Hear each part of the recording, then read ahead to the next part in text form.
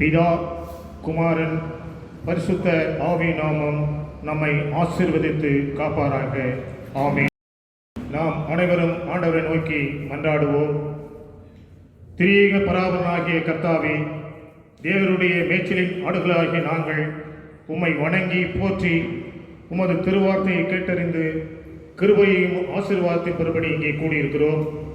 கர்த்தாவே, நாங்கள் உமது திருவார்த்தையை ஆவலோடு கேட்டு அதன் வழியாக ஆத்தும பலம் பெற்று எங்கள் வாழ்க்கையை உமது நாம் மகிமைப்படும்படி நடத்த பரிசுத்த ஆவியானவரை கொண்டு எங்களுக்கு துணை செய்தல்ல வேண்டும் என்று எங்கள் மீட்பரும் இரட்சகருமாகிய இயேசு கிறிஸ்து வழியாய் வேண்டிக் கொள்கின்றோம். எங்கள் ஜீவனுள்ள நல்ல பிதாவே, ஆமென். ஆண்டவரின் திருப்பெயருக்கு மகிமை உண்டாக. ஞானப்பாட்டில் 179 ஞானப்பாட்டில் முதல் 3 கவிகளை பாடுவோம். ஞானப்பாட்டு எண் 179 முதல் 3 கவிகள். உன்னதமாகிய என் கர்த்தரே, நீதாமே மெய் விசுவாசத்தை கொடுக்கிறவராமே, இப்போதும் உம்மண்டை நான் சேர்வதற்கு அது என்னில் மிகவும் குறைவாய் உள்ளது.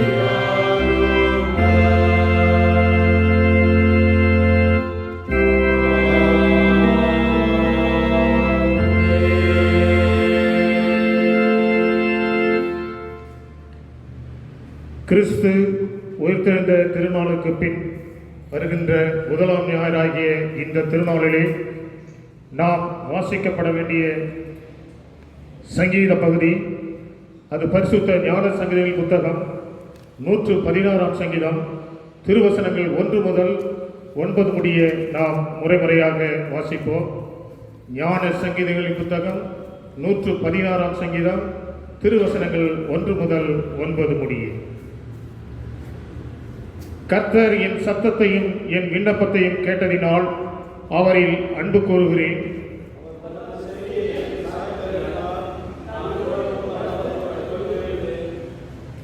மரண கட்டுகள் என்னை சுற்றி கொண்டது, பாதாள இடுக்கண்கள் என்னை பிடித்தது, இக்கட்டையும் சஞ்சலத்தையும் அடைந்தேன். அப்பொழுது நான் கர்த்தருடைய நாமத்தை தொழுது கொண்டு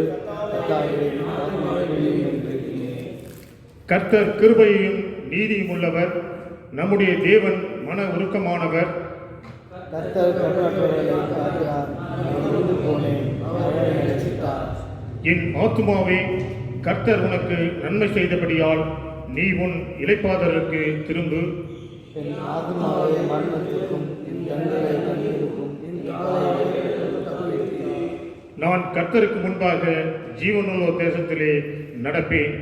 பிதாவுக்கும் குமாரனுக்கும் பரிசுத்த ஆவியானவருக்கும் மகிமை உண்டாவதாக, ஆதியிலும் இப்போதும் எப்போதுமான சதா காலங்களில் இருக்கிறபடியே ஆமென்.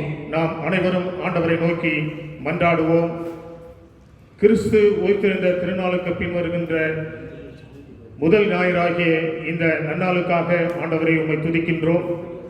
அன்புள்ள இயேசு சுவாமி, இந்த நாளிலே உமது ஊழியரை கொண்டு எங்களுக்கு அருளும் சத்தியத்தை நாங்கள் அவளோடு கேட்டு அதன் வழியாய் நாங்கள் நடக்க எங்களுக்கு துணை செய்தல வேண்டும் என்று எங்கள் மீட்பரும் இரட்சகருமாகிய இயேசு கிறிஸ்துவின் வழியாய் வேண்டிக் கொள்கின்றோம் எங்கள் ஜீவனுள்ள நல்ல பிதாவே, ஆமென்.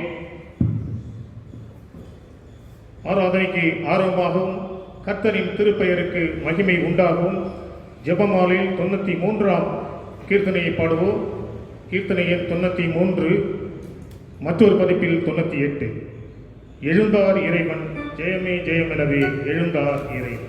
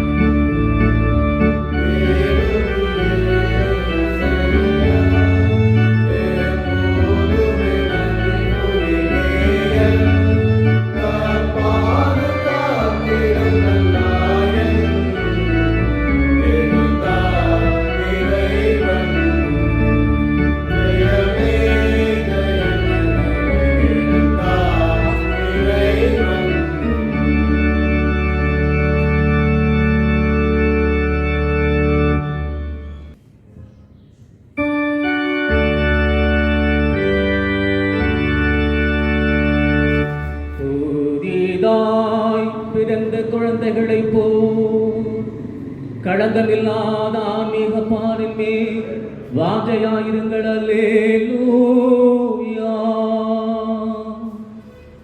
அல்லேலூயா.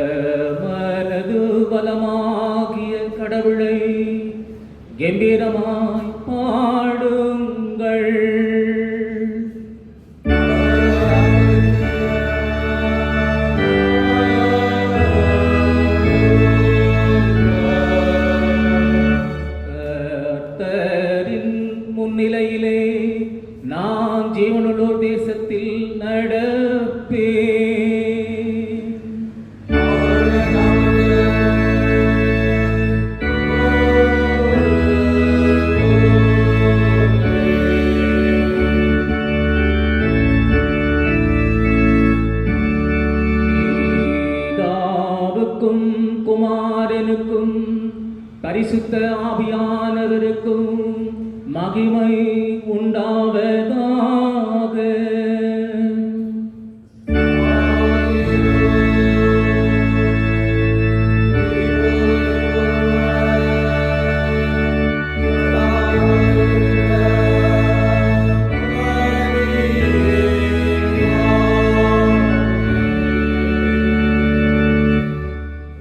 அன்புக்குரியவர்களே, ஆண்டவராகிய கர்த்தரிடம் நம்முடைய இருதயத்தை திறந்து நம்முடைய பாவங்களை அறிக்கை செய்து ஆத்தும பசிதாகத்தோடு அவருடைய கிருபைக்காக நாம் யாவரும் விளங்காட்படி நின்று கர்த்தரை நோக்கி நாம் மன்றாடுவோம். வாருங்கள்.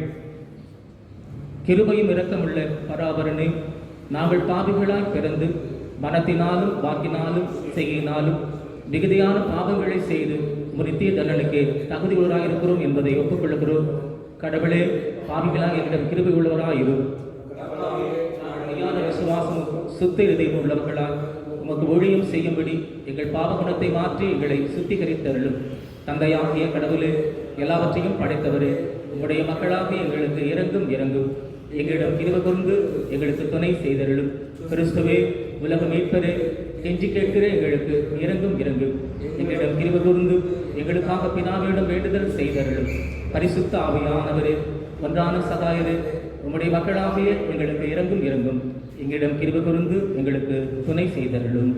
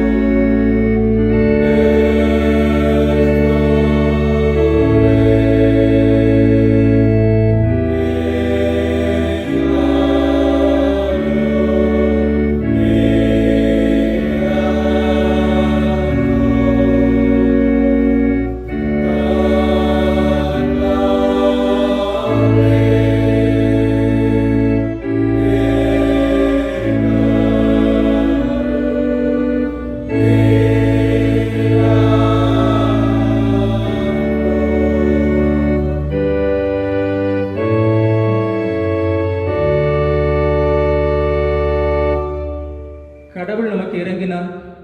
அவர் தம்முடைய ஒரே பேரான குமாரரிடம் விசுவாசம் கொள்ளும் எவரும் கெட்டழிந்து போகாமல் நித்திய வாழ்வை பெறும்படி அவரை தந்தளினார். இந்த அளவுக்கு அவர் உலகத்தின் மீது அன்பு கூர்ந்த ஆண்டவராக இருக்கின்றார். அவரது திருப்புகளை நாம் யாவரும் எழுதி நின்று இரண்டாவது ஞானப்பாடல் வாயிலாக அவருடைய திருப்புகளை நாம் ஸ்தோத்தரிப்போம். வாருங்கள்.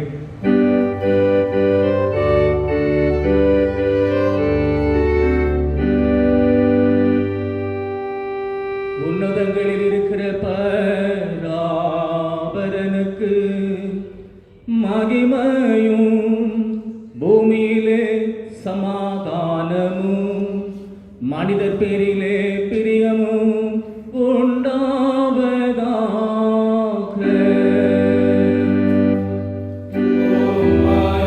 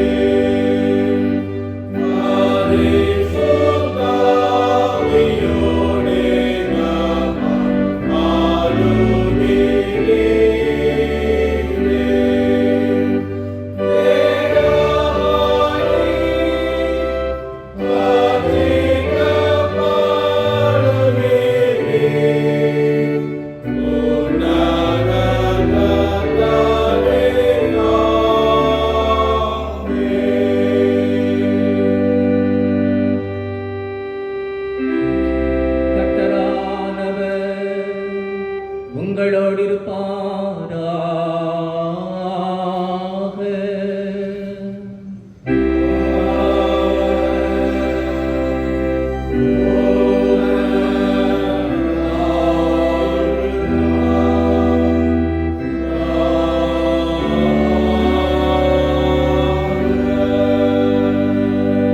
பிரார்த்தனை செய்வோமாக.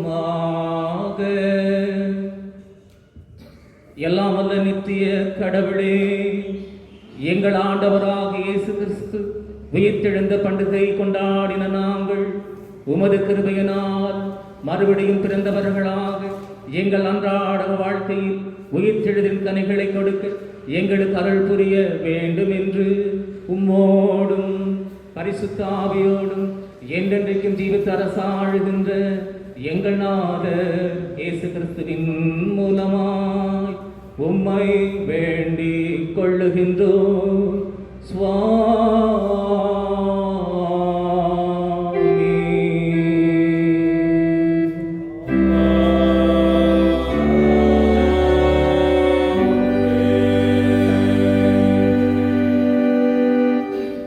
ஆண்டவராகிய கிறிஸ்து உயிர்த்தெழுந்த திருநாளுக்கு பின்வருகின்ற முதலாம் ஞாயிறாகிய இந்த நன்னாளிலே வாசிக்கும்படியாக தெரிந்து கொண்ட முதலாம் பழைய ஏற்பாட்டின் பகுதி அது யோபுவின் புத்தகம் அதிகாரம் 19 வசனங்கள் 25 முதல் 27 முடிய உள்ள இறைவார்த்தைகளை வாசிக்க இதை நாம் கவனமாய் கேட்போம். யோபு 19 அதிகாரம் வசனங்கள் 25 27 வரை. என் மீட்பர் உயிரளிக்கிறார் என்றும் அவர் கடைசி நாளில் பூமியின் மேல் நிற்பார் என்றும் நான் அறிந்திருக்கிறேன். இந்த என் தோல்தோளவை அருகி போன பின்பு நான் என் மாம்சத்திலிருந்து தேவனை பார்ப்பேன். அவரை நானே பார்ப்பேன், அந்நிய கண்கள் அல்ல, என் கண்களே அவரை காணும். இந்த வாஞ்சியால் என் உள்ளினர்கள் எனக்குள் சோர்ந்து போகிறது. ஆமென். வாசிக்க தெரிந்து கொண்ட பழைய ஏற்பாட்டின் பகுதியானது வாசித்து முடிந்தாயிற்று. இருந்தவரும் இருக்கின்றவரும் வரப்போகின்றவருமாகிய நம்முடைய கடவுள் பரிசுத்தர், பரிசுத்தர், பரிசுத்தர். நம் அனைவரும் சேர்ந்து சொல்லுவோம். மகிமையுள்ள கடவுளே நீ பரிசுத்தர், வல்லமையுள்ள கடவுளே நீ பரிசுத்தர், என்றென்றும் உள்ள கடவுளே நீ பரிசுத்தர். ஆமென். இந்த நாளுக்காக கொடுக்கப்பட்ட நிருப வாக்கியத்தையும் வாசிக்க இதையும் நாம் கவனமாக கேட்போம். அது 1 யோவானின் புத்தகத்திலிருந்து அதிகாரம் 5 வசனங்கள் 4 முதல் 10 முடிய. 1 யோவான் அதிகாரம் 5 வசனங்கள் 4 முதல் 10 முடிய. 1 யோவான் 5ஆம் அதிகாரம் திருவசனங்கள் 4 முதல் 10 முடிய. தேவனால் பிறப்பதெல்லாம் உலகத்தை ஜெயிக்கும், நம்முடைய விசுவாசமோ உலகத்தை ஜெயிக்கிற ஜெயம். இயேசுவானவர் தேவனுடைய குமாரன் என்று விசுவாசிக்கிறவனே அன்றி உலகத்தை ஜெயிக்கிறவன் யார்? இயேசு கிறிஸ்துவாகிய இவரே ஜலத்தினாலும் இரத்தத்தினாலும் வந்தவர். ஜலத்தினாலே மாத்திரமல்ல, ஜலத்தினாலும் இரத்தத்தினாலும் வந்தவர். ஆவியானவர் சத்தியமாகையால் ஆவியானவரே சாட்சி கொடுக்கிறவர். பரலோகத்திலே சாட்சியிடுகிறவர்கள் மூவர், பிதா, வார்த்தை, பரிசுத்த ஆவி என்பவர்களே. இம்மூவரும் ஒன்றாய் இருக்கிறார்கள் பூலோகத்திலே. சாட்சியிடுகிறவைகள் 3, ஆவி, ஜலம், இரத்தம் என்பவைகளே. இம்மூன்றும் ஒருமைப்பட்டிருக்கிறது.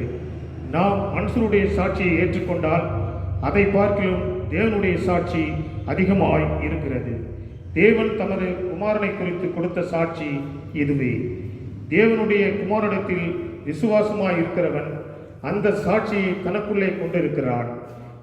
தேவனை விசுவாசியாதவனோ தேவன் தம்முடைய குமாரனை குறித்து கொடுத்த சாட்சியை விசுவாசியாதினால் அவரை பொய்யாக்குகிறார் என்பதுவே.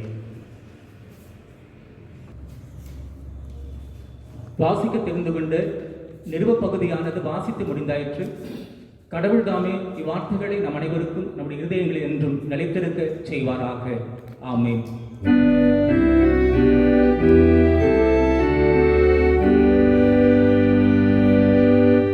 நான் மறுபடியும் உங்களை காண்பேன், அப்பொழுது உங்கள் இருதயம் சந்தோஷப்படும்.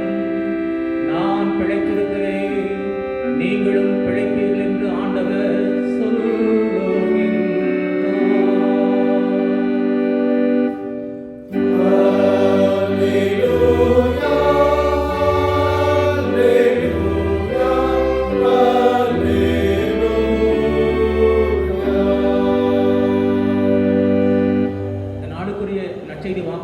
வாசிக்க நாம் கவனமாக கேட்போம்.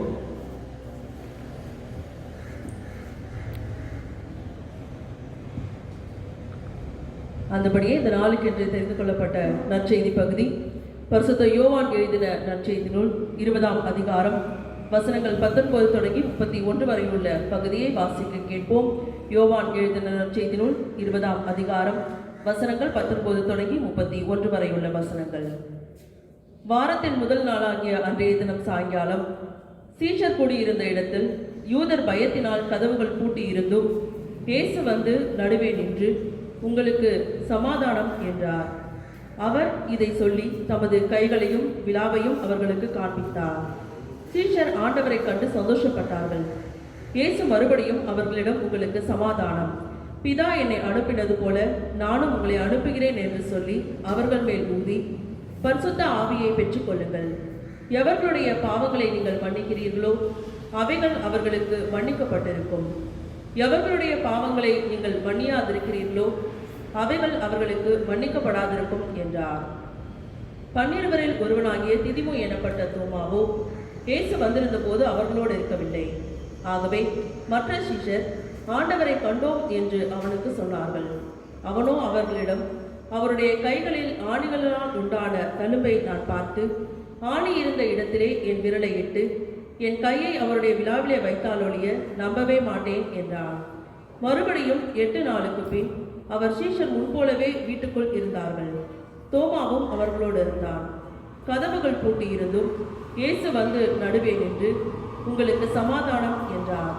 பின்பு அவர் தோமாவை பார்த்து, நீ உன் விரலை இங்கே நீட்டி என் கைகளை பார், உன் கையை நீட்டி என் விழாவிலே வை, அவிவிசுவாசம் உள்ளவனாயிராமல் விசுவாசம் உள்ளவனாயிரு என்றார். இதை கேட்ட தோமா அவரிடம், என் ஆண்டவரே, என் கடவுளே என்றான். அதற்கு இயேசு, தோமாவே, நீ என்னை கண்டதினாலே நம்பினாய், காணாமலே நம்புகிறவர்கள் பாக்கியவான்கள் என்றார். இந்த புத்தகத்திலே எழுதியிராத வேறு அநேக அடையாளங்களையும் இயேசு தம்முடைய சிஷ்யருக்கு முன்பாக செய்தார். இவைகளோ இயேசு தேவகுமாரனாகிய கிறிஸ்து என்று நீங்கள் நம்புவதற்கும் நம்பி அவர் நாமத்தில் ஜீவனை அடைவதற்கும் எழுதப்பட்டிருக்கின்றன என்பதுவே.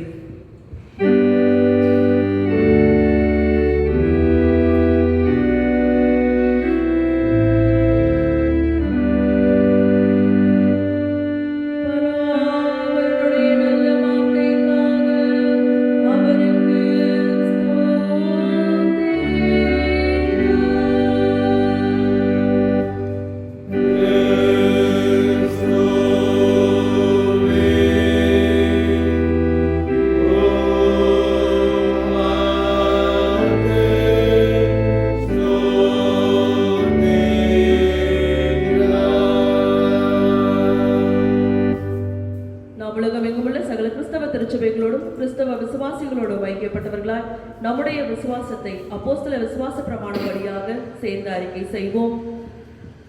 வானத்தையும் பூமியையும் படைத்த எல்லாம் வல்ல பிதாவாகிய கடவுளை விசுவாசிக்கின்றேன். அவருடைய ஒரே குமாரனும் நம்முடைய ஆண்டவருமாகிய இயேசு கிறிஸ்துவை விசுவாசிக்கின்றேன். இவர் பரிசுத்த ஆவியினால் கர்ப்பத்தில் உற்பவித்து கன்னிமரியாளிடத்தில் பிறந்து பொந்து பிலாத்தின் கீழ் பாடுபட்டு சிலுவையில் அறையுண்டு மரித்தடக்கம் செய்யப்பட்டார். பாதாளத்தில் இறங்கி 3ஆம் நாள் மரித்தோரிடத்திலிருந்து உயிர்த்தெழுந்தார்.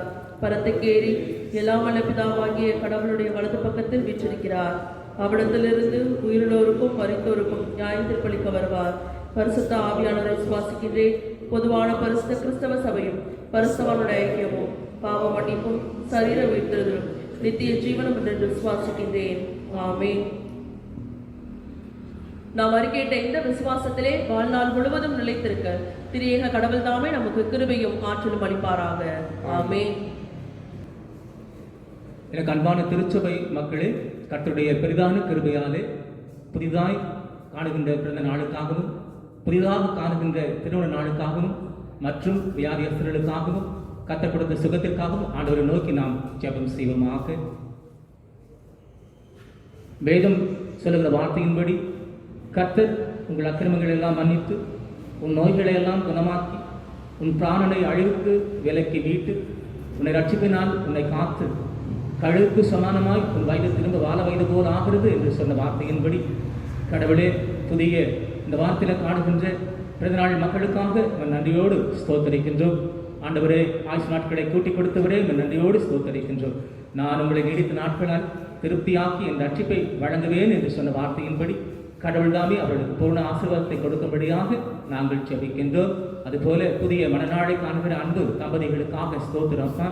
நம்முடைய சன்னிதானத்திலே கொடுத்த வாக்கின்படி வாழ்விலும் தாழ்விலும் இன்பத்திலும் துன்பத்திலும் சுகத்திலும் சுகவீனத்திலும் என்ற வார்த்தையின்படி இதுகாரம் இந்த அன்பு மக்களை காத்து ஆசீர்வதித்து பிள்ளை பேற்றுகளை அழித்து புதிய மனநாளை காணுகிற அன்பு தம்பதிகளுக்கு உடைய திருநாமத்திலே அவர்களுக்கு ஆண்டவரே உடைய ஆசீர்வாதங்களை கொடுக்கும்படியாய் நாங்கள் ஜெபிக்கின்றோம். உடைய திருவசனத்தின்படி உன் அலங்கத்திற்குள்ளே சமாதானமும் உன் அரமனைகளுக்குள்ளே சுகம் இருப்பதாக என்று வேண்டுகிறேன் என்ற வார்த்தையின்படி கடவுள் தாமே அந்த அருமை தம்பதிகளை ஆசீர்வதிக்க உடைய திருக்கரத்தில் ஒப்புக் கொடுக்கின்றோம். வியாதியஸ்த மக்களுக்காக ஸ்தோத்தரிக்கிறோம்ப்பா. அந்த மக்களை உடைய திருக்கரங்களால் இவ்வேளைகளை நீர் தொட்டு அவர்களை ஆசீர்வதிக்க சுகப்படுத்த நாங்கள் மன்றாடுகிறோம். அதுபோல சுகம் பெற்று சுகத்தோடு இருக்கின்ற ஒரு மக்களுக்காக கூட நாங்கள் செபிக்கின்றோம். கொரோனாவால் பாதிக்கப்பட்ட ஆண்டவரே மக்களுக்காக தனிமைப்படுத்தப்பட்டிருக்கிற மக்களுக்காக நாங்கள் மன்றாடுகிறோம். இறைவனே உடைய வார்த்தைகளை அனுப்பி உடைய பரிசுத்த ரத்தத்தால் அவர்களை கழுவி சுத்திகரித்து அந்த கொள்ளை நோயிலிருந்து அந்த மக்களுக்கு விடுதலை கொடுக்கும்படியாக நாங்கள் செபிக்கிறோம். எங்கள் தேசத்திலிருந்து முற்றிலுமாக அதை அகற்றி போட இறைவனே உடைய வார்த்தைகளை கொண்டு உடைய பரிசுத்த ரத்தத்தை தெளித்து குணமாக்க நாங்கள் செபிக்கிறோம். துதி கன மகிமை மாட்சிமை புகழ் தோத்திரம் அனைத்தும் தேர்ந்தெடுக்கிறோம். எங்கள் மேற்பெரும் இரட்சகருமாய் இயேசு கிறிஸ்துவின் நாமத்திலே மன்றாடுகிறோம். பரிசுத்தமும் அன்பும் நிறைந்த நல்ல பிதாவே, ஆமென். கர்த்தரின் திருப்பெயருக்கு மகிமை உண்டாக 323ஆம் ஞானப்பாட்டின் முதல் 5 கவிகளை பாடுவோம். ஞானப்பாட்டி எண் 323 முதல் 5 கவிகள்.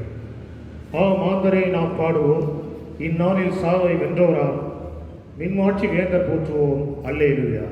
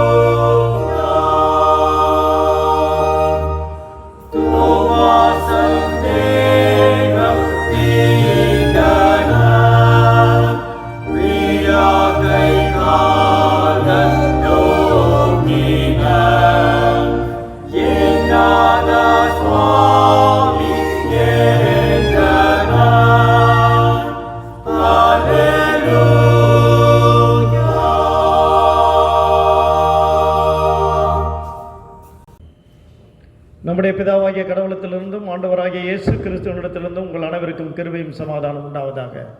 ஆமேன். ஜெபம் செய்வோம். அன்பின் ஆண்டவரே, நீர் எங்களோடு பேசும், நாங்கள் கேட்கிறோம். எங்களோடு நீர் தங்கியிரும். எங்களுக்கு உம்முடைய சத்தியத்தை விளக்கி காட்டும். எங்கள் உள்ளத்தை திறந்தருளும். ஆண்டவரும் மீட்பெருமாகிய இயேசுவின் மூலம் வேண்டுகிறோம் சுவாமி. ஆமேன். கிறிஸ்துவுக்குள் அன்பார்ந்தவர்களே, உயிர்த்தெழுந்த பண்டிகையின் பிந்தின முதலாம் ஞாயிற்றுக்கிழமை என்ற நாளிலும் கூட நாம் சற்று முன்பு பீடத்தண்டிலே வாசிக்க கேட்ட பரிசுத்த யோவான் எழுதின சுவிசேஷம் 20ஆம் அதிகாரத்தில் 19 நாம் வாசிக்கின்ற அந்த 29 வசனங்களை நாம் வாசித்து அதன் பேரில் தியானம் செய்வோம். வாசிப்பதற்கு பதிலாக நாம் ஏற்கனவே வாசித்ததினாலே நீங்கள் அதை எடுத்து வைத்துக் கொள்ளும்படியாக உங்களை அன்போடு கேட்டுக்கொள்கின்றேன். இன்றைய நாளைக்கு உரிய அருமையான ஒரு பெயர் நம்முடைய திருச்சபையில் கொடுக்கப்பட்டிருக்கிறது. as நியூ பார்ன் பேபிஸ், புதிதாய் பிறந்த குழந்தை போல. புதிதாய் பிறந்த குழந்தை போல என்று சொல்வதற்கு காரணம் என்ன என்று நாம் பார்க்கின்ற பொழுது, இங்கே சந்தேகப்பட்டு பயந்து, மக்களுக்கு பயந்து, அரசாங்கத்துக்கு பயந்து, மற்றவர்களுக்கு பயந்து, உள்ளே அறையிலே இருந்த மக்களுக்கு ஆண்டவர் வெளிப்பட்டு அவர்களுக்கு அமைதியை, சமாதானத்தை கூறினார்.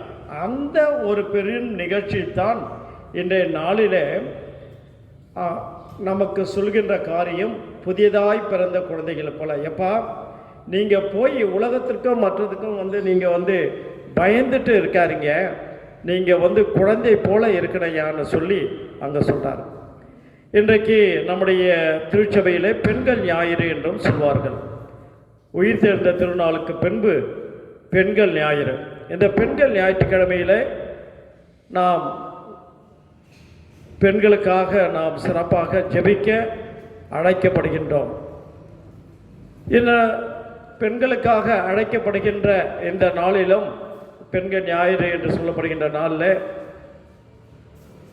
பெண்களுக்கு முக்கியத்துவம் நம்முடைய தமிழ் சுவிசேஷ லுத்தரன் திருச்சபையில் கொடுப்பதனுடைய நோக்கம், இங்கே முதலாக ஆண்டவர் உயிர்த்தெழுந்த காட்சியையும் வெளிப்படுத்துதலையும் சத்தியத்தை சொல்லும்படி அறிவிக்கும்படியாக சொன்னதும் பெண்கள். ஆகவே தான் பெண்களுக்கு நாம் முக்கியத்துவமாக கொடுத்து இந்த ஞாயிற்றுக்கிழமை பெண்கள் ஞாயிறு என்று நாம் கொண்டாடுகின்றோம். குழந்தைகளைப் போல மாற வேண்டும். ஒரு அப்பா அம்மா இருந்தாங்க. அந்த அப்பா அம்மாவுக்கு ஒரு நல்ல குழந்தை இருந்தது. அந்த குழந்தை நடக்கிற காரியம் என்னவென்றால், அந்த குழந்தையுடைய பிறந்த நாள் வருகிறது. அந்த குழந்தை பிறந்த நாளுக்காக நன்றாக கொண்டாட வேண்டும் என்று சொல்லி தன் பெற்றோரிடத்தில் கேட்கிறார்கள். பெற்றோர் அந்த பிறந்த நாளை மிக சிறப்பாக கொண்டாடுகிறார்கள். ஏனென்னா நல்லா பெரிய வசதியான பெரிய குடும்பம்.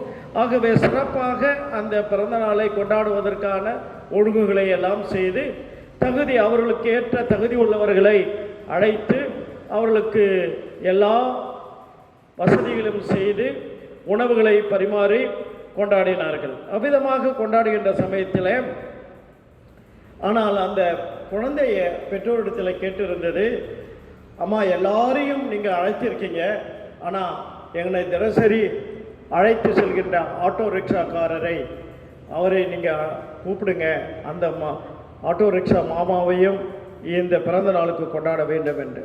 ஆனால் அந்த அம்மா அதை கவலையினமாக விட்டுவிட்டார்கள். எல்லா பிறந்த நாளெலாம் கொண்டாடி ஆயிடுச்சு. கடைசியாக அங்கே இரவு நேரம் 9:30 மணி ஆயிடுச்சு. ஒரு பெல் அடிக்கிற, காலிங் பெல் அடிக்கிற சத்தம் கேட்கிறது. அந்த அம்மா திறந்து பார்க்குறாங்க. பார்க்குறப்போ அந்த ரிக்ஷாக்காரன் நிற்கிறார். ஏன்பா வந்தேன்னா, இன்றைக்கி மகளுக்கு பிறந்தநாள். அதுக்கு என்னப்பா பிறந்த நாளுக்கு? இல்லை, மகள் நேற்று தினத்தில் ஸ்கூல்லேருந்து அழைச்சிட்டு வரும்போது சொன்னாங்க, ஆட்டோ அங்கிள், அந்த ரிக்ஷா அங்கிள், நீங்கள் நாளை என்னுடைய பிறந்த நாளுக்கு கண்டிப்பாக வர வேண்டும், வரவில்லை என்றால் நான் சாப்பிட மாட்டேன் என்று சொன்னார். ஆகவே குழந்தை சாப்பிட்டுதா சாப்பிடலையான்னு கேட்கறதுக்கு தான் நான் வந்தேன், பார்த்து போவேன்னு. அப்போ தான் அந்த அம்மாக்கே ஞாபகம் வருது. எல்லாரையும் கவனிச்சுட்டுங்க. அப்போ தான் தான் மகளை பற்றி, குழந்தையை பற்றி ஞாபகம் குழந்தையிடத்தில் போய் கேட்கிறார்கள், நீ சாப்பிட்டியா? என்ன இல்லை. அப்போ சாப்பிடு என்று சொல்லும் போது, இல்லை ஆட்டோ அந்த ரிக்ஷா மாமா சாப்பிட்டா தான் நான் சாப்பிடுவேன் என்று. உடனே அந்த ரிக்ஷாக்காருக்கு நான் கொடுக்க வேண்டுமே, குழந்தைய சாப்பிடணுன்ட்டு அந்த பழசெல்லாம் கொஞ்சம் கொஞ்சம் இருந்ததெல்லாம் போட்டு அந்த ரிக்ஷாக்காரனுக்கு, என்னப்பா சாப்பிடுப்பா, நீ சாப்பிட்டா தான்ப்பா குழந்தைய சாப்பிடணும். ரிக்ஷாக்காரர் என்ன செய்தார், அதை நல்லா பழஞ்சி எடுத்துகிட்டு போய் குழந்தைக்கு ஊட்டி விட்டார். ஆனால் அவங்க அம்மா உள்ளே இருந்து, அதை சாப்பிடாத சாப்பிடாத சாப்பிடாத. ஆனால் குழந்தை, இல்லை இல்லை ரிக்ஷா மாமா கொடுத்த சாப்பாடு ரொம்ப நல்லா இருந்தது என்று சொல்லி அங்கே அது சாப்பிட்டது. அந்த அம்மா வெட்கி குனிந்து போனார்கள். இதிலிருந்து குழந்தையின் போல மாற வேண்டும் என்பது, குழந்தையினிடத்தில் வேற்றுமை கிடையாது, குழந்தையினிடத்தில் பாகுபாடு கிடையாது, குழந்தை எல்லாரையும் நேசிக்கக்கூடியதாக இருக்கிறது. குழந்தைக்கு கள்ளம் கபடற்றதாக இருக்கிறதை பார்க்கிறோம். ஒரு நம்பிக்கை உரியதாக இருக்கிறதை நாம் பார்க்கிறோம். இந்த நாளிலும் நாம் கடவுள் மீது நம்பிக்கை உடையவர்களாக இருக்க வேண்டும். 3 காரியம் இந்த நிகழ்ச்சியிலே. 1 சமாதானம், 2 சந்தோஷம், 1 சமாதானம், 2 சந்தேகம், 3 சந்தோஷம். இந்த 3 நிகழ்வுகளை இதில் பார்க்கலாம். சமாதானத்தை குறித்து நாம் பார்க்கிறோம். சமாதானத்தை ஆண்டவர் அங்கே அளிக்கின்ற ஆண்டவராக இருக்கிற நிகழ்ச்சியிலே நாம் பார்க்கின்ற பொழுது சமாதானத்தை அருளுகின்றார். அந்த அருளுகின்ற நிகழ்ச்சியில் கடவுள் சொல்லுகின்ற அந்த காரியம் நாம் அறிந்து கொள்ள வேண்டும். இந்த சமாதானத்தை ஆண்டவர் விரும்புகின்றார். 3 கருத்துக்கள்: சமாதானம், சந்தேகம், சந்தோஷம். இங்கே பூட்டியிருந்த கதவுகளில் மத்தியிலே இயேசு வந்து உங்களுக்கு சமாதானம் என்கிறார். இதை உங்களுக்கு புரிந்து கொள்ளும்படியாகத்தான் அது சமாதானம், சந்தேகம், சந்தோஷம் என்று சொன்னது. ஆனால் சமாதானத்துக்கு ஒரு அழகான தமிழ் பெயர் அமைதி என்பது. ஆக உங்களுக்கு அமைதி உண்டாவதாக என்று சொல்கின்றார். ஆண்டவராகிய இயேசு கிறிஸ்து எப்பொழுதுமே அமைதியை விரும்புகின்ற ஒருவர். உலக புகழ்பெற்ற விஞ்ஞானி ஆல்பர்ட் ஐன்ஸ்டைன் அவருடைய கடைசி காலங்களிலே மரண தருவாயிலே இருக்கின்ற பொழுது, படுத்திருக்கும் பொழுது அவரிடத்திலே அநேக பத்திரிகையாளர் சென்று பேட்டியை கண்டார்கள். ஐயா, 3வது உலகப் போர் உருவானால் மக்கள் எத்தகைய ஆயுதங்களை பயன்படுத்தி சண்டை போடுவார்கள் என்று அவரிடத்திலே, அந்த ஞானியிடத்திலே அவர் கேட்டார். அதற்கு அவர் சொன்ன பதில், 3வது உலகப் போரில் என்ன ஆயுதங்களை பயன்படுத்துவார் என்று தெரியாது, ஆனால் 4வது உலகப் போரில் என்ன ஆயுதங்களை பயன்படுத்துவார் என்று எனக்கு தெரியும் என்றார். உடனே அந்த பத்திரிகையாளர்கள் எல்லாம் அவர்களிடத்தில் அப்படியே அதை ரொம்ப மக்கள் ஆர்வமாக அவரிடத்தில் கேட்டார்கள். அப்படியானால் எந்த ஆயுதத்தை அவர்கள் பயன்படுத்துவார்கள் என்று சொல்லும் பொழுது அவர் சொன்ன காரியம், பத்திரிகையாளர் அந்த கேட்ட கேள்விக்கு, அப்பொழுது மக்கள் மரக்கிளைகளை வைத்து சண்டை போடுவார்கள் என்றார். மரக்கிளைகளை வைத்து சண்டை போடுவார்கள். எப்படி மரக்கிளைகள் என்று அவர்கள் கேட்கும் பொழுது, 3வது உலகப் போர் வந்தால் எல்லாரும் அழிந்து போயிடுவார்கள், யாருமே உலகத்தில் இருக்க மாட்டாங்க, உயிராக இருக்க மாட்டாங்க. அப்போது கடவுள் புதியதாக ஆதாம் ஏவாளை புதியதாக உருவாக்குவார். அப்படி உருவாக்குகின்ற பொழுது அவருக்கு புதிய ஆயுதமாக இருக்கிற காரியம் என்னவென்றால் மரக்கிளைகள் தான். அப்போது AK-47 அது அணுகுண்டு எதுவுமே இருக்காது, மரக்கிளைகள் தான் இருக்கும். ஆக 3வது உலகப் போர் அது உலகத்தை அழிக்கக்கூடியதாக இருக்கும். சண்டை சச்சரவு வருகின்றதாக இருந்தால் அழிவே உருவாகிடும். ஆகவே அது அப்படிப்பட்ட ஒரு நிகழ்வு ஏற்படக்கூடாது என்பதை மறைமுகமாக அங்கு சொல்கின்றார். ஆக சண்டை சச்சரவை எல்லாம் ஆக்கம் பூர்வமான சக்திகளை உருவாக்க முடியாது, அது அழிக்கும் சக்திகளை மட்டும்தான் உருவாக்கும். ஆனால் ஆண்டவராகிய இயேசு கிறிஸ்து நாம் வாழ ஆசைப்படுகின்றார். நாம் அனைவரையும் பார்த்து உங்களுக்கு அமைதி உண்டாவதாக என்று சொல்கிறார். உலகம் தரக்கூடாத அமைதியை நான் உங்களுக்கு தருகிறேன் என்று சொல்கிறார். இந்த உலகத்தில் எப்பொழுதும் நாம் சந்தோஷமாக இருக்க வேண்டும் என்று ஆண்டவர் சொல்கின்றார். ஆனால்தான் இந்த உலகத்திலே இந்த போர் எப்பொழுது நுழைந்தது, இந்த சமாதான இன்மைக்கு காரணம் ஆரம்பம் எங்கே, அமைதி இன்மைக்கு ஆரம்பம் எங்கே என்று நாம் பார்க்கணும். அமைதி இன்மைக்கு ஆரம்பமே ஆதாம் ஏவாளிடத்திலே ஆரம்பிக்கிறதை பார்க்கிறோம். ஏனென்றால் ஆண்டவர் அங்கே வருகிறார், கேள்வியை கேட்கின்றார். ஆதாம் அதுக்கு பதிலை சொல்கின்றார், ஆண்டவரே நீர் கொடுத்த உன் மேல் தான் ஏன் தப்பு என்று சொல்கிறாரு. எப்படிப்பா என் மேலே தப்பு, நீர் கொடுத்த அந்த யோவாள் தான் என்ன செய்தார், அந்த பழத்தை கொடுத்தாள் என்று சொல்கிறார். ஆதியாகமம் 3ஆம் அதிகாரத்தில் நாம் பார்க்கிறோம். நீ தான் கடவுளே அதுக்கு காரணம் என்று சொல்கிறார்.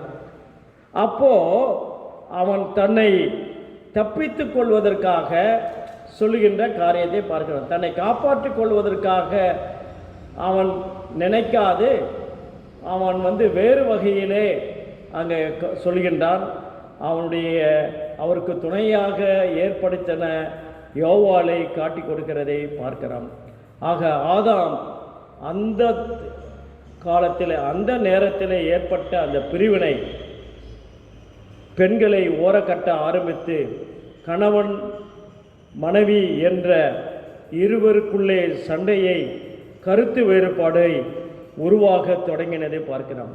இந்த கருத்து வேறுபாடு, இந்த வெறுப்பு உணர்ச்சி அது பகைமையாக தோன்றியதை பார்க்கிறோம்.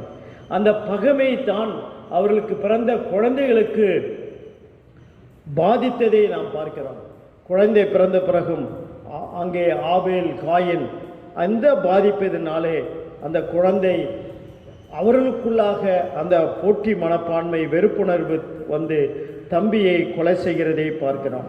ஆகவே இந்த அன்று தொடங்கிய போர் சச்சரவு ஆனது இன்று வரைக்கும் அது கொண்டிருக்கிறதை நாம் பார்க்கின்றோம்.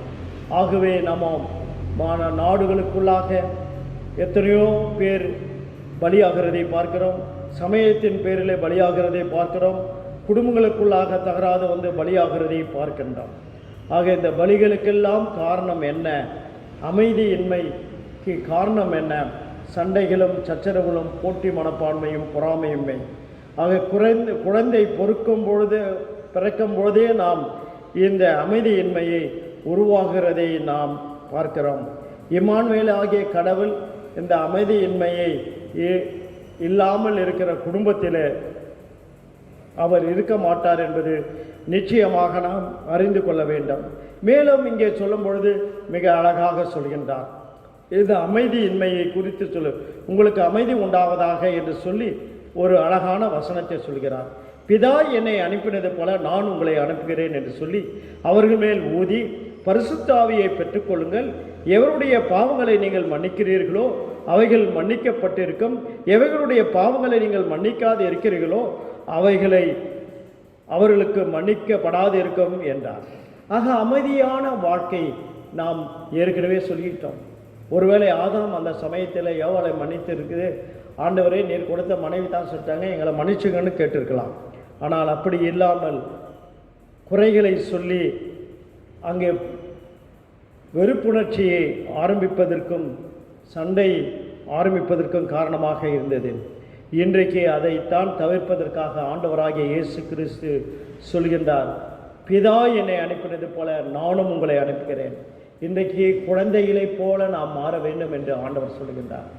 இந்த காலகட்டத்தில், கொரோனா இந்த காலகட்டத்தில் ஆண்டவர் நம்மை அழைக்கிறது, நீங்கள் குழந்தைகளைப் போல மாற வேண்டும், பரிசுத்த ஆவியை பெற்றுக்கொள்ள வேண்டும், நீங்கள் உங்கள் பாவங்களுக்காக நீங்கள் வருந்த வேண்டும், பாவங்களை மன்னிக்க வேண்டும், மன்னிக்கிற மக்களாக வாழ வேண்டும் என்று சொல்லுகின்றார்.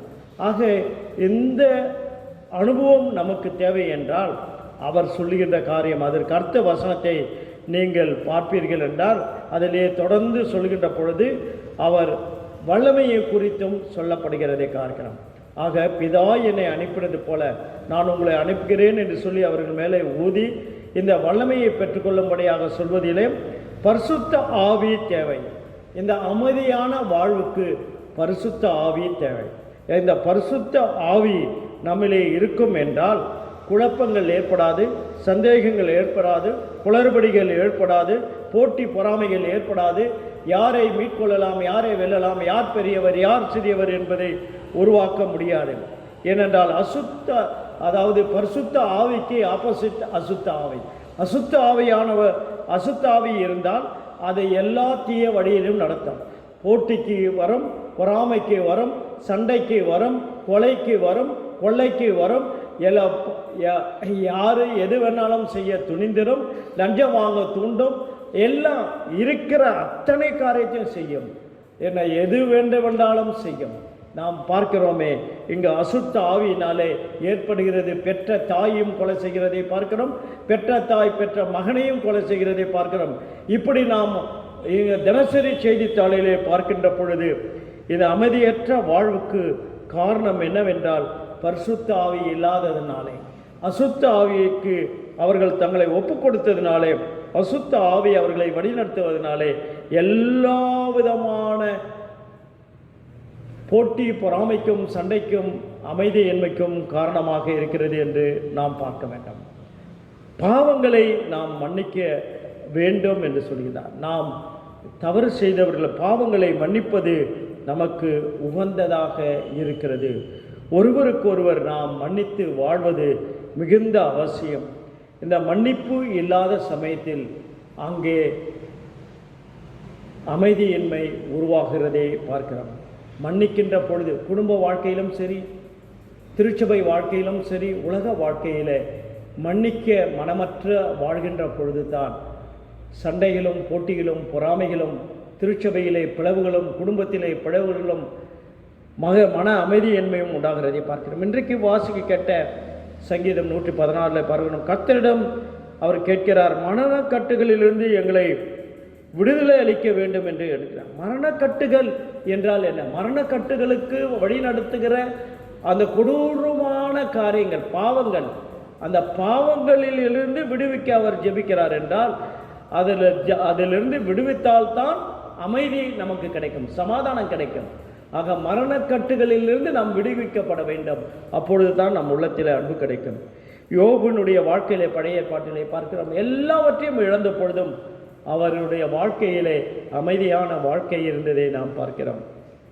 ஏபிஜே அப்துல் கலாம் சொல்லும் பொழுது அவர் சொல்கிறார், எங்கே நேர்மை இருக்கிறதோ அங்கே அழகு இருக்கும், எங்கே அழகு இருக்கிறதோ அங்கே ஒழுங்கு இருக்கும், எங்கே ஒழுங்கு இருக்கிறதோ அங்கே அமைதி இருக்கும் என்று மிக அழகாக சொல்கின்றார்.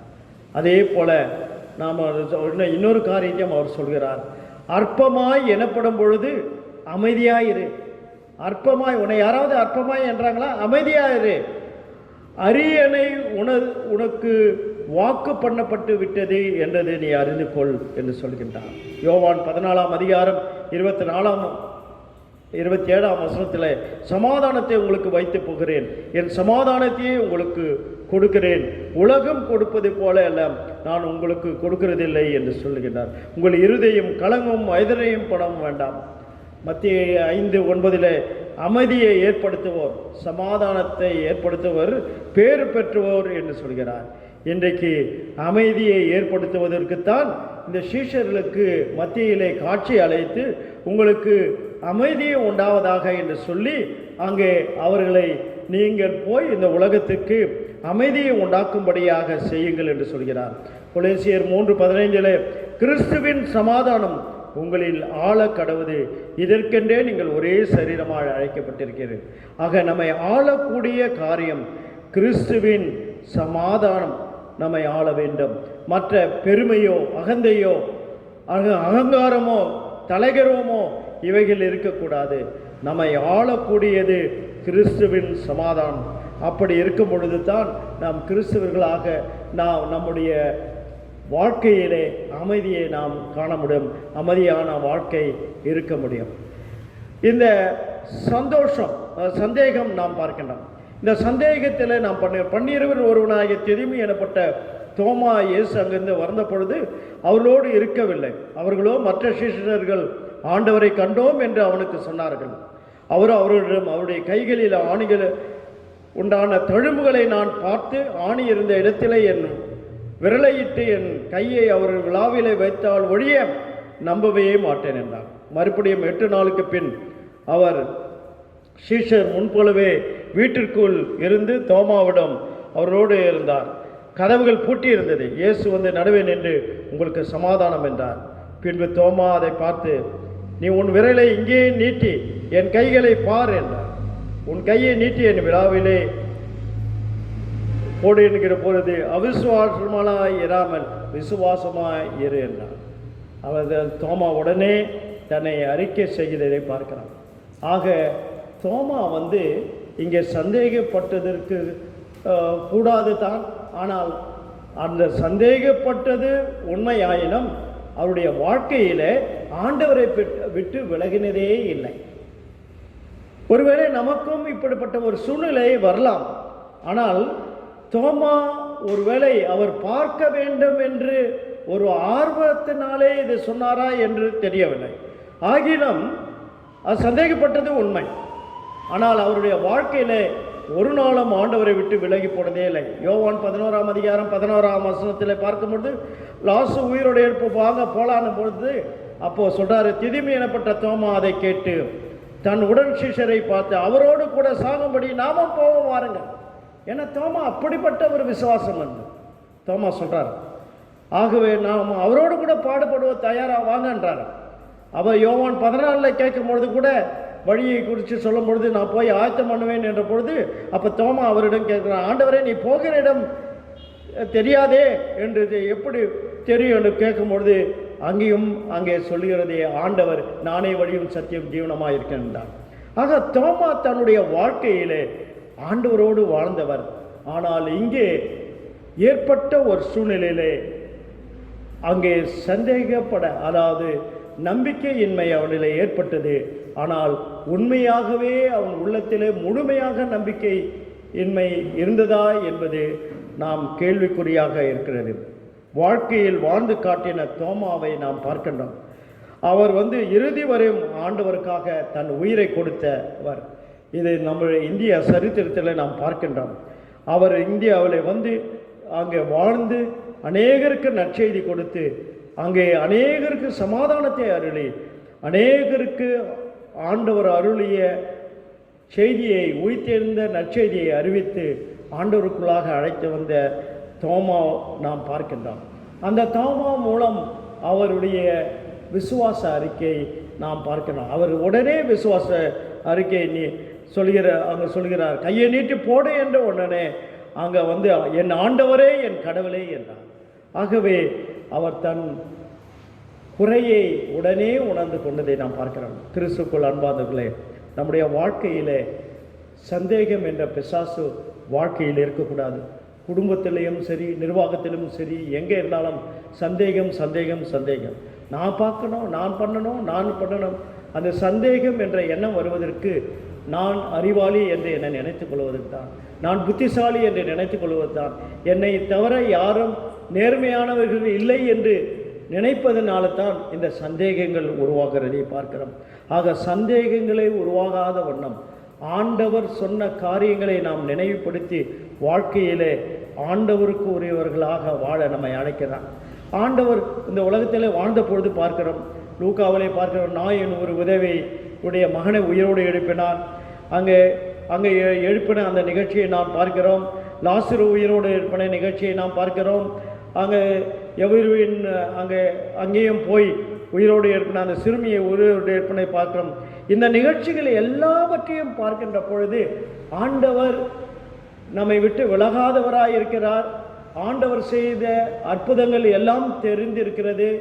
ஆக தெரிந்தும் நம் வாழ்க்கையிலே அவர் மீது நம்பிக்கை உடையவர்களாய் இல்லாமல் வாழ்வோமானால் நாம் வாழ்க்கையை இழந்தவர்களாக இருப்போம். நம்பிக்கை உடையவர்களாக வாழ இன்றைக்கு அழைக்கிறார். சகேயனுடைய வாழ்க்கையிலே பாருங்கள், சகேயனுடைய வாழ்க்கையிலே எவ்வளவாய் அவருடைய வாழ்க்கை. சகேவு ஆண்டவரை விசுவாசித்தான். இவரால் மட்டும்தான் மீட்பு கிடைக்கும் என்று அவர் விசுவாசித்தான். ஆகவே ரட்சிப்பு அடைந்ததை நாம் பார்க்கிறோம். சமாரியா பெண்ணை பாருங்கள், அவருடைய வாழ்க்கை மாற்றம் பார்க்கிறோம். இயேசுவை முழுமையாக இவர் மேசியா என்று அறிக்கை செய்ததை பார்க்கிறோம். ஏன் அப்போஸ்தலர் நடவடிக்கைகளை 9 பார்க்கும்பொழுது பவுல் எத்தனை பேரை அங்கே கிறிஸ்தவரை வெட்டி குடித்தார், ஏன் அங்கே சோவானையும் கொலை செய்வதற்கு உடந்தையாக இருந்தான். ஆக இத்தனை காரியங்களும் செய்த அவர் அங்கே ஆண்டவரை சந்தித்த பிறகு அங்கே பவுலுடைய வாழ்க்கையில் பெரிய மாற்றத்தை உருவாகிறதை பார்க்கிறோம். தோமாவின் வாழ்க்கையிலே பெரிய மாற்றத்தை அங்கே உருவானதை பார்க்கிறோம். சீஷர்கள் மத்தியிலே பெரிய மாற்றத்தை உருவானது. ஆகவே உலகமெங்கும் போய் சகல ஜாதிகளையும் சீஷராக்குங்கள் என்ற பணியை அவர்கள் தொடங்கினார். இன்றைக்கு கலக்கமுற்ற நிலைமையிலே நாம் இருப்போமானால் ஆண்டவர் நமக்கு சொல்லுகின்றார், கலங்காதே என்று. நாம் மதில் மேலே இருக்கின்ற பூனையைப் போல இல்லாமல் ஆண்டவரை விசுவாசிக்க வேண்டும். 116ஆம் சங்கீதம் நீங்கள் எடுத்து உங்கள் வாழ்க்கையை உங்கள் வீட்டிலே நீங்கள் வாசித்து பாருங்கள். ஆண்டவர் நமக்கு சொன்ன காரியங்கள், அவர் எப்படிப்பட்ட ஆண்டவராய் நமக்கு இருக்கிறார் என்பதை அந்த 116ஆம் சங்கீதத்திலே நாம் வாசிக்கின்றோம். அவர் மரண கட்டுகள் என்னை சுற்றி கொண்டன, பாதாள இடுகள் பிடித்தன என்றும். கர்த்தர் இரக்கமும் நீதியும், நம்முடைய கடவுள் உருக்கம் உள்ளவர். கர்த்தர் பேதைகளை காக்கிறார். நான் பலமற்று போனேன், அவர் என்னை ரட்சித்தார். என் ஆத்மாவையே உன்னை இளைப்பாறுதலுக்கு திரும்பு, கர்த்தர் உனக்கு உபகாரம் செய்தார். ஆகவே அவிசுவாசியமாக இல்லாமல் விசுவாசம் உள்ளவர்களாய் வாழ இந்த நாளில் நமக்கு அழைக்கிறார். மூன்றாவதாக சந்தோஷம். நீங்கள் பாருங்கள், நம்ம மனசில் அமைதி இருந்தால் நமக்கு சந்தேகமே வரத்துக்கு வாய்ப்பே இல்லை. அமைதியான, அதாவது சமாதான வாழ்க்கை நமக்கு இருக்குமானா நம்ம வாழ்க்கையில் சந்தேகத்துக்கே இடமே இல்லை. அவன் சந்தேகமே இடம் இல்லைன்னா சந்தோஷம்தான் இருக்கும். அந்த சந்தோஷமான வாழ்க்கை, உடனே அந்த சந்தோஷம் இருப்பது தான் மிக பெரிய காரியம். இந்த இந்த சமாரியா பெண்ணுக்கு நடந்தது என்ன? இயேசுசாமி சொன்னார். சொன்ன உடனே தான் அந்த பெண்ணு வந்து அங்கே ஆர்கியூமெண்ட்டெல்லாம் நமக்கு தெரியும். ஏம்மா நீ சொல்கிறது உண்மை தான், இப்பொழுது உன் கூட இருக்கிறது உன்னுடைய கணவன் அல்ல என்று சொன்ன உடனே மேசியா என்று சொல்லி அறிக்கை செய்து ஊரே கூப்பிட்டு வந்து அழைச்சார். அவருக்குள்ளாக சந்தோஷம் இருந்தது. எப்பொழுது சந்தோஷம் இருந்தது என்றால் அவருடைய வாழ்க்கையிலே அமைதியின்மையாத வாழ்க்கை, சமாதானம் இல்லாத வாழ்க்கை. ஊரே அவரை பார்த்து இத்தனை கணவனுடையவன் என்று சொல்லி கேவலமாக பேசின அந்த வாழ்க்கையிலே என்றைக்கு இயேசுவை சந்தித்தாலோ அன்றைக்கு அவளுடைய வாழ்க்கையிலே சந்தோஷம் உண்டானது, சந்தேகம் ஓடினது, சந்தோஷம் உருவானது. சகேவனுடைய வாழ்க்கையில் அனைவரும் அவரை என்னென்னவோ பேசினார்கள். அவர் பெரிய டேக்ஸ் கலெக்டர், அதனால தான் அவரோ தைரியமாக சொல்லணும். அவரோ அந்த டேக்ஸ் கலெக்டர் அங்கே பார்க்கின்ற பொழுது அவருடைய வாழ்க்கையில் அமைதி இல்லை. ஏன்னா இவ்வளோ நேர்மையாக நான் வாழ்கிறேன், எனக்கு இத்தனை பேர் எனக்கு கேலி செய்கிறாங்களே, கமெண்ட் அடிக்கிறாங்களே, லஞ்சமே வாங்காதே என்ன இவன் லஞ்சம் வாங்கணும்னு சொல்கிறாங்களே, என்னை இவன் பொல்லாதவன்னு சொல்கிறாங்களே, பாவின்னு சொல்கிறாங்களே, என்னுடைய அந்த டேக்ஸ் கலெக்டர்ன்றதுக்காக என்னை எப்படி நான் பாவி ஆகிட முடியும்? ஆக அவனுக்குள்ள மன போராட்டம், கலக்கம், அமைதியின்மையாத வாழ்க்கை. உலகம் என்னை இப்படி பேசுகிறது என்று இயேசுவை காண சென்றார். இயேசுவை கண்ட உடனே அவருடைய சந்தேகம் தீர்ந்தது. இன்றைக்கு உன் வீட்டுக்கு ரட்சிப்பு என்றார். உடனே ரட்சிப்பு வந்தது, முழுமையாக மாறினதை பார்க்கிறோம். ரட்சிப்பு வந்தது தான் அவன் வாழ்க்கையிலே சந்தோஷம். அந்த சந்தோஷத்தின் நிறைவாக கேட்குறார், சாமி நான் ஏதாவது செய்திருந்தால் நான் 4 தனியாக கூட என்ன தப்பு செய்திருந்தாலும் நான் பல மடங்கு அதை நான் திருப்பி கொடுத்துட்றேன்.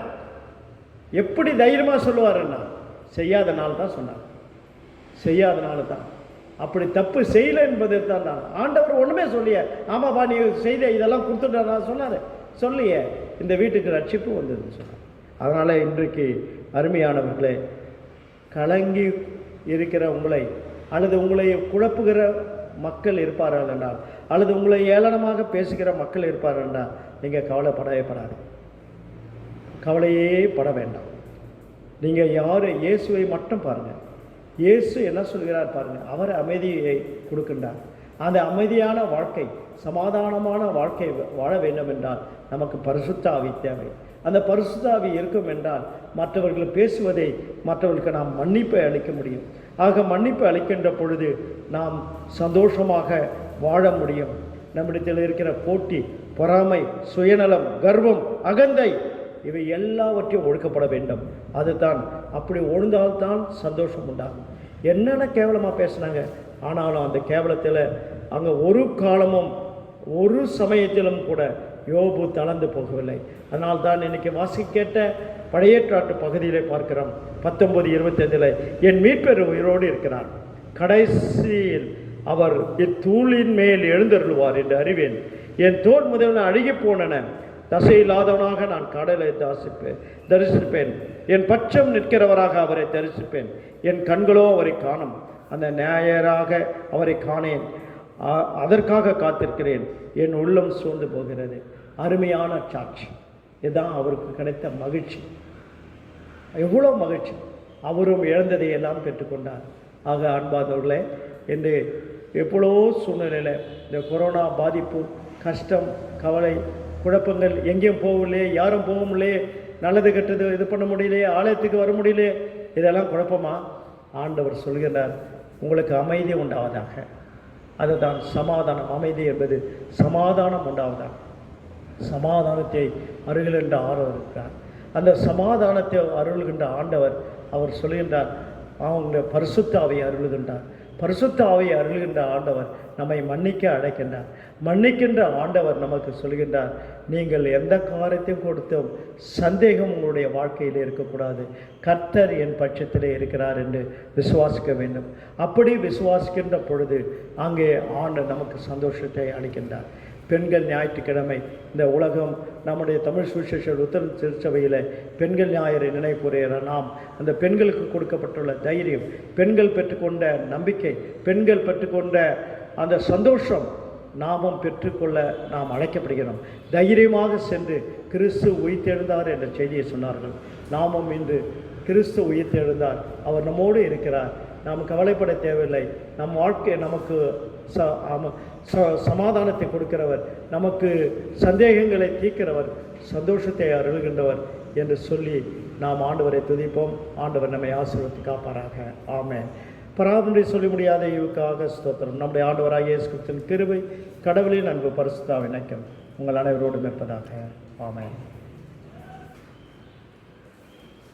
கர்த்தரின் திருப்பெயருக்கு மகிமை உண்டாக 69ஆம் ஞானப்பாட்டின் முதற் கவியை பாடுவோம். ஞானப்பாட்டு எண் 69 முதற் கவி. கிறிஸ்தவர்களே, நாம் பாடி கர்த்தரை அனைவரும் மிகுதியுமாய் கொண்டாடி போற்றவும் துதிக்கவும் கடவோ. இதோ ஜெயித்தார், அவர் பலசாலியாய் பரம சிம்சோனாய் மரணக்குழியை விட்டார். யார் எதிர்காலம் இனி கிறிஸ்தின் சங்கமே சரி.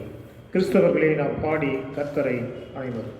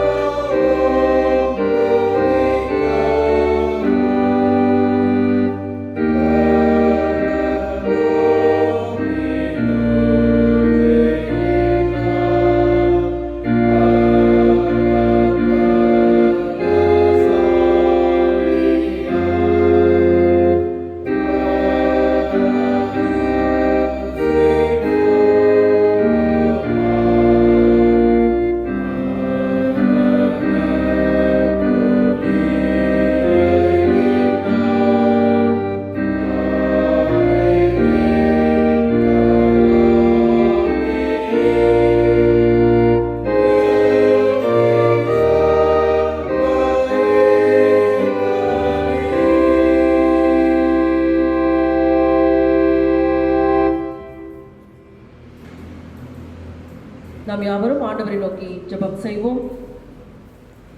கிருபையும் இரக்கும் மிகுந்த எங்கள் நல்ல ஆண்டவரே, நாங்கள் உம்மை துதிக்கின்றோம், உமக்கு நன்றி செலுத்துகின்றோம். பெண்கள் ஞாயிற்றுக்கிழமை ஆராதனையை ஆண்டவரே காணொளி மூலமாக நாங்கள் இந்த ஆராதனையிலே பங்கெடுக்கத்தக்கதான ஆசீர்வாதத்தினை நீர் கொடுத்ததற்காக நாங்கள் உமக்கு நன்றி செலுத்துகின்றோம். அன்பின் ஆண்டவரே, உம்முடைய இறை வார்த்தையை கேட்கத்தக்கதான ஆசீர்வாதத்தை நீர் கொடுத்திருக்கிறதற்காக நாங்கள் உமக்கு நன்றி செலுத்துகின்றோம். சமாதானத்தை அருளி செய்கின்ற ஆண்டவர், அந்த சமாதானத்தை உம்முடைய உயிர்த்தெழுதலின் வழியாக நீர் எங்களுக்கு கொடுத்ததற்காக நாங்கள் உமக்கு நன்றி செலுத்துகின்றோம். எங்களுடைய நம்பிக்கையின்மை அகன்று ஆண்டவரே நாங்கள் நம்பிக்கையோடு அந்த மகிழ்ச்சியை ஆண்டவரே நாங்கள் மற்றவர்களுக்கும் பகிர்ந்து கொள்வதற்கான வாய்ப்பினை நீர் கொடுத்ததற்காக நாங்கள் உமக்கு நன்றி செலுத்துகின்றோம். அன்பின் ஆண்டவரே, எங்களுடைய பேராயரையும் ஆலோசனை சங்கத்தார் மற்றும் குருமாரையும் சபையிலும் சபை நிறுவனங்களில் உழைக்கிற ஒவ்வொருவரையும் நீர் ஆசீர்வதித்தருளுமாறு நாங்கள் உம்மிடத்திலே மன்றாடுகின்றோம். அன்பின் ஆண்டவரே, நாங்கள் உம்மை உறுதியாக விசுவாசிக்கின்றவர்களாக அந்த நற்செய்தியை மற்றவர்களுக்கும் அறிவிக்கத்தக்கதான வாய்ப்பினை நீர் எங்களுக்கு கொடுக்கின்றதற்காக நாங்கள் உமக்கு நன்றி செலுத்துகின்றோம். அன்பின் ஆண்டவரே, உம்முடைய பணியினை உம்முடைய ஊழியத்தை நாங்கள் உண்மையோடும் ஆண்டவரே உமக்கென்று சாட்சியாய் செய்வதற்கான வாய்ப்பினை நீர் கொடுக்கின்றதற்காக நாங்கள் உமக்கு நன்றி செலுத்துகின்றோம். அன்பின் ஆண்டவரே, இப்போதும் கூட நாங்கள் உம்மை நோக்கி பார்க்கின்றோம். இந்த கொரோனா தொற்றினாலே கூட பாதிக்கப்பட்டு கொண்டிருக்கின்ற மக்களுக்காக நாங்கள் இடத்திலே வருகின்றோம். உலகமெங்கிலும் இருக்கின்ற இந்த தொற்றினால் பாதிக்கப்பட்டிருக்கின்ற மக்களுக்காக நாங்கள் இடத்திலே வருகின்றோம். அன்பின் ஆண்டவரே, விரைவிலே அவர்களுக்கு நல்ல சுகம் கிடைக்க நற்கிருபை செய்தருளும். அன்பின் ஆண்டவரே, இந்த தொற்றினாலே உயிரிழந்த மக்களுக்காக அவருடைய குடும்பங்களுக்காக நாங்கள் இடத்திலே வருகின்றோம். அன்பின் ஆண்டவரே, அவர்களுக்கு மன தைரியத்தினை நீர் கொடுத்தருளுமாறு நாங்கள் இடத்திலே மன்றாடுகின்றோம். அன்பின் ஆண்டவரே, எங்களுடைய திருச்சபையில் இருக்கின்ற குடும்பங்கள் ஒவ்வொன்றிற்காக நாங்கள் இடத்திலே வருகின்றோம். அன்பின் ஆண்டவரே, திருச்சபையிலே பொருளாதாரத்திலே குறைவாக இருக்கின்ற மக்களுக்காக நாங்கள் இடத்திலே வருகின்றோம். அவருடைய தேவைகளை எல்லாம் நீர் கண்டு சந்தித்து வருகின்றதற்காக நாங்கள் உமக்கு நன்றி செலுத்துகின்றோம். அன்பின் ஆண்டவரே, விரைவிலே இந்த தொற்று குறைந்து ஆண்டவரை முற்றிலுமாய் ஒளிந்து ஆண்டவரை நாங்கள் விரைவிலே உடைய ஆலயத்திலே வந்து மகிழ்ச்சியோடு கூட ஆண்டவரை நாங்கள் ஒரு குடும்ப மக்களாய் இணைந்து உம்மை துதிக்கவும் ஸ்தோத்திரிக்கவும் எங்களுக்கு கிருபை செய்தருளுமாறு நாங்கள் இடத்திலே மன்றாடுகின்றோம். இதை பார்த்து கொண்டிருக்கின்ற ஒவ்வொரு மக்களையும் நீர் ஆசீர்வதித்தருளுமாறு நாங்கள் இடத்திலே மன்றாடுகின்றோம். நீ தாமே எங்கள் ஒவ்வொருவரையும் ஆசீர்வதித்து பொறுப்பெடுத்து வழி நடத்தும். மீட்பர் இயேசு கிறிஸ்துவின் வழியாய் கேட்கிறோம் எங்கள் ஜீவனுள்ள நல்ல கடவுளே, ஆமென். நாம் அனைவரும் இணைந்து ஆண்டவர் இயேசு கற்பித்த ஜெபத்தை சொல்லுவோம். பரமண்டலங்களில் இருக்கிற எங்கள் பிதாவே, உம்முடைய நாமம் பரிசுத்தப்படுவதாக, உம்முடைய ராஜ்யம் வருவதாக, உம்முடைய சித்த பரமண்டலத்திலே செய்யப்படுவது போல பூமியிலேயும் செய்யப்படுவதாக. அன்றுள்ள ஆகாரத்தை இன்று எங்களுக்கு தாரும். எங்கள் கடற்காரருக்கு நாங்கள் மன்னிக்கிறது போல எங்கள் பாவ குற்றங்களை எங்களுக்கு மன்னித்தருளும். எங்களை சோதனைக்குள் பிரவேசிக்க பண்ணாதரும். தீமை நின்று எங்களை ரட்சித்துக் கொள்ளும். ராஜ்யமும் வல்லமையும் மகிமையும் என்றென்றைக்கும் உடையவர்களே சுவாமி, ஆமென்.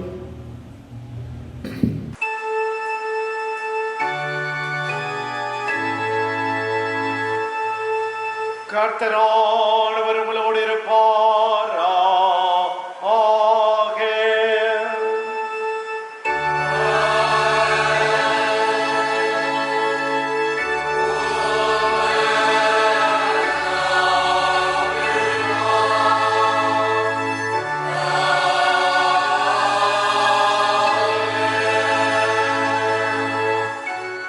கர்த்தரானவருடைய ஆசீர்வதித்து உன்னை காப்பாராக. கர்த்தரானவர் தமது திருமுகத்தை உன்மேல் பிரகாசிக்க செய்து உன் பேரில் கிருபை உள்ளவராயிருப்பாராக. கர்த்தரானவர் தமது திருமுகத்தை உன்மேல் பிரசன்னமாக்கி உனக்கு சமாதானம் தந்தருளுவாரா.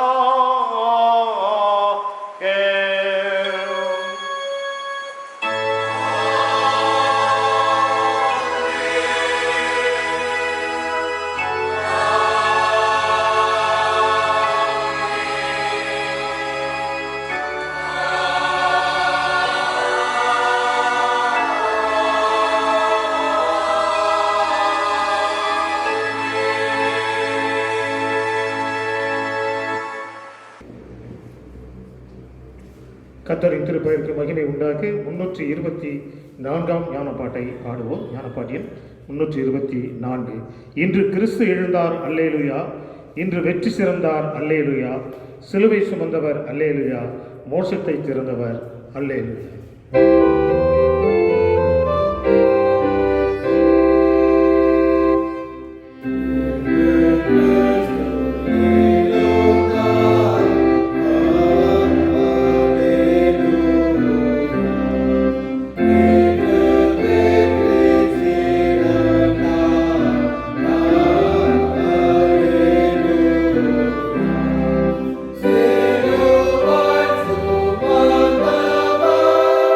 Oh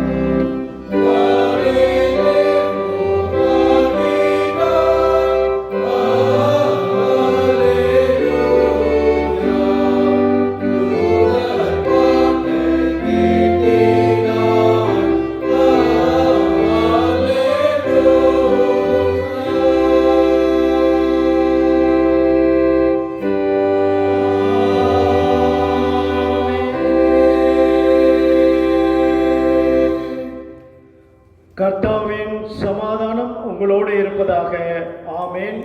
உலகத்திற்குள்ளாக சென்று நாம் ஒவ்வொருவரும் அமைதியை உருவாக்கின்ற கருவிகளாக வாழ ஆண்டவர் கிருபை செய்வாராக. ஆமேன்.